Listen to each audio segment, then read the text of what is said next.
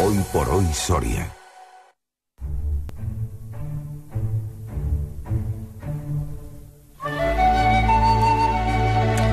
A las 13:39 no pudo ser el miércoles pasado, pero este sí, José Carlos Santana. Muy buenas tardes. Buenas tardes, Chema. ¿Cómo está? Qué gusto verle los miércoles aquí para hablar de nuestras plantas, nuestros árboles, lo nuestro, que han visto nuestros antepasados, Sí. que han vivido con ellos, que han vivido de ellos, ¿no?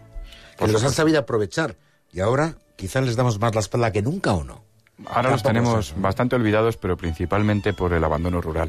Claro. Tenemos la tierra tan vacía que ya no hay nadie que tenga que vivir de ella, hay muy poca gente. Claro, eso hace que nuestras masas forestales y agrícolas entren en abandono. El acebo. Hoy vamos a hablar del acebo, sí. Ahí hay tema, ¿eh? Hay mucho tema, de hecho creo que lo vamos a dividir. Eso, vamos a hacer 2 capítulos porque como somos conscientes ahora mismo que no nos va a dar tiempo, ya les advertimos que sobre el acebo vamos a dedicar 2 capítulos, el de este miércoles y el del próximo. ¿Por dónde empezaríamos? Si hablábamos de acebo. Pues vamos a empezar, como siempre, por hablar de sus nombres, sus hábitats, sus lugares de distribución. Bueno. Y en este sentido hay que decir que el nombre es acebo. No hay voces en nuestra área diferentes. Ya nos tendríamos que ir, por ejemplo, al idioma leonés. En el Bierzo occidental le llaman sardón. Sardón. Pero eso se lo llaman en general al monte bajo, porque a los carrascales también les llaman sardones. Al bosque se le llama acebal, como bien sabemos aquí, y también acebeda, acebar o acebosa. Tenemos un ejemplo en Tierras Altas, en el Collado, que hay un lugar que se llama la acebosa. Es una planta que se distribuye por toda la zona eurasiática y también por el norte de África. Es una planta muy, muy extendida. En España, básicamente, existen las montañas de la mitad norte. Digamos que de Madrid para abajo está también en algunos sistemas montañosos, pero ya de una manera muy escasa. Busca zonas frescas, sombrías, donde suele aparecer como secundaria, en especies como robledales, hayedos, ahí aparece salpicado, y a veces forma bosques. Y bosques muy curiosos, porque tienen una estructura lauroide. ¿Has oído hablar, Chema, de la laurisilva canaria? Sí.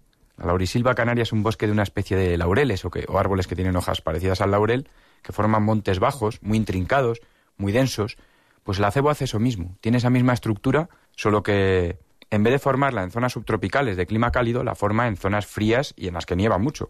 Y eso es una cosa bastante exclusiva, porque los ílex de la familia del acebo en general, el acebo Ilex aquifolium, los ílex en general aparecen en otro tipo de climas mucho más cálidos. Más cálidos. Por ejemplo, en Canarias hay un ílex muy típico que es el Ilex canariensis. Nosotros tenemos aquí este ílex que hace ese mismo tipo de bosque con esquema subtropical. Qué bonito. Pero lo hace aquí, en las zonas más frías de Europa. Una pasada. Por eso mismo alberga comunidades animales que en otros lugares... Se refugian, claro, ahí. Claro, hay animales propios de zonas con más refugio, con más de hoja perenne, que no se dan en zonas de hoja caduca, pero sí en el acebo, porque como el acebo es perenne también, aguanta todo el invierno, pues alberga comunidades que en otros lados prácticamente son propias solo de pinares o avetales.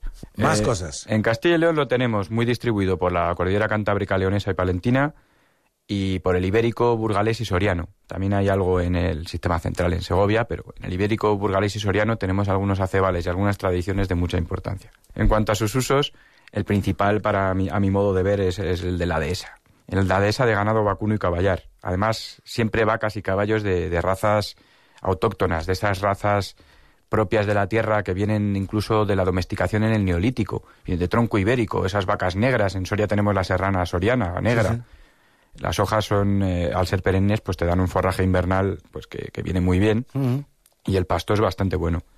Por eso siempre se ha promovido el acebal como lugar de pastoreo, y también para albergar a la caza mayor, porque tiene una estructura abierta que le va muy bien.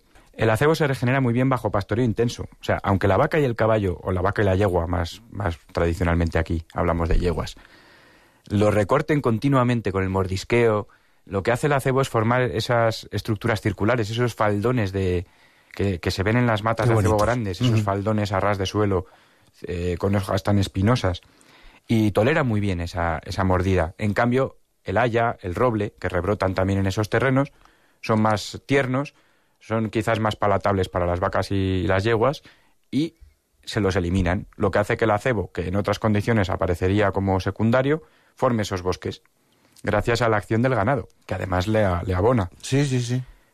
¿Qué le da el acebo a cambio? A ese ganado le da un refugio y alimento invernal.